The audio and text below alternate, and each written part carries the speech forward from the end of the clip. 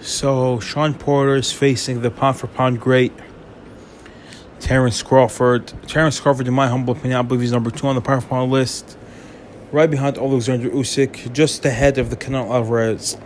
This video is being recorded way before the Canelo versus Plant fight, so I have no idea if Canelo won or lost or how he performed in that fight. So Canelo right now, at least at this point, is still number 3.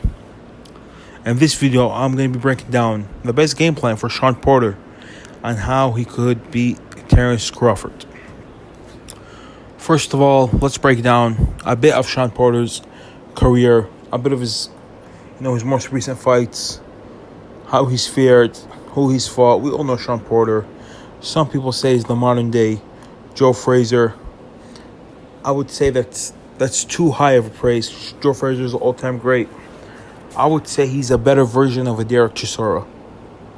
My humble opinion, ready to fight anyone, gives it his all. So let's break it down. By the time Shawn Porter steps in the ring, it had been 15 months since he last fought.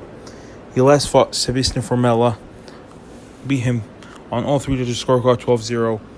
I'm going to have to come out and say the truth. I did not watch that fight. Before that, he gave Errol Spence Jr. a very, very tough fight, in which a lot of people thought he won the fight, even as well as one judge had him winning 8 rounds to 4. The other 2 judges had him losing 8 rounds to 4. He got dropped against Errol Spence in round 11. Before that, I thought he lost to Yordenis Ugas. I had Ugas winning that fight 116-111, just like one judge had at Zachary Young. But sadly, they gave the fight to him. I thought Ugas dominated him. I thought Ugas won 8 rounds and dropped him around 12. The referee didn't even count the knockdown. There was just so much corruption in favor of Shawn Porter. Before that, he beat Danny Garcia. Before that, he beat Adrian Grandos. Before that, he stopped Andre Berto in dominant fashion. Dropped him around 2 and dropped him 2 more times around 9. Before that, he lost a close fight to Keith Thurman. And before that, he dominated Adrian Warner, even though he was dropped in the final round. Before that, he beat French contender Eric Bone. And before that, he got, in my opinion, clearly beaten by Kell Brook. I know a few people had Kell Brook losing that fight. I thought Kell Brook won 8 or 9 of the rounds. I didn't think it was close. Before that, he absolutely abused Paulie Malignaggi. Absolutely abused him. Before that, he won an upset victory over Devin Alexander. So, he has a lengthy career. He's fought a lot of guys. So let's just... A-class level fighters who he's fought. Devin Alexander. He gave Devin Alexander his second loss. Kell Brook. He lost against Kell Brook. I don't consider Adrian Broner as a top fighter, an elite fighter. Sorry to the Broner fans. Keith Thurman. He gave Keith Thurman a tough fight, but I also thought Keith Thurman won that fight. Andre Berto is not high class. Danny Garcia. Is Danny Garcia considered elite level? I don't consider him elite level, but let me know what you guys think in the comments below. Is Danny Garcia part of the elite? After they fought Yordenis Ugas, I thought he lost that fight as well. I didn't think it was close. So there we have him 1-2. He lost against Errol Spence Jr. was dropped. So there he's 1-3 in these type of fights. And now he's going into the Terence Crawford fight. I'm hoping he does not become 1-4. Because it just shows your level when you're 1-4 in elite fights. You're clearly an elite level fighter. Or are you? Are you an elite level fighter? Or are you just a level below that? That's where I view Danny Garcia. And for Shawn Porter, he has shown us some elite level performances. And he's definitely going to need to do it again to have any hope in beating Terence Crawford. First thing I want to say that Shawn Porter shouldn't do this fight. Shawn Porter has this Swedish style that he's using where he has both hands high and he puts them in front, like very out, where it's like he leaves his chin unprotected.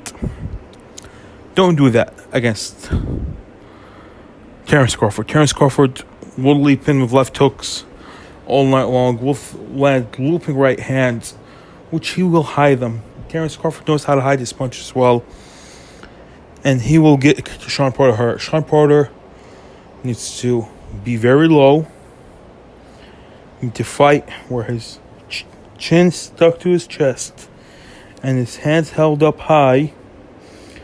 and he needs to be on attack. He needs to pick his spots. Obviously, he can't attack for 12 rounds. How old is Shawn Porter right now? I don't think he has it in him anymore to do that. Shawn Porter is 33 years old.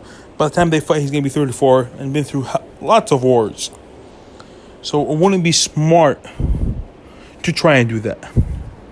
For the whole 12 rounds, be on attack mode. No, it's not going to succeed. I'm telling you guys right now. He needs to vary his attacks. He needs to choose when to turn on the heat and when to turn it off.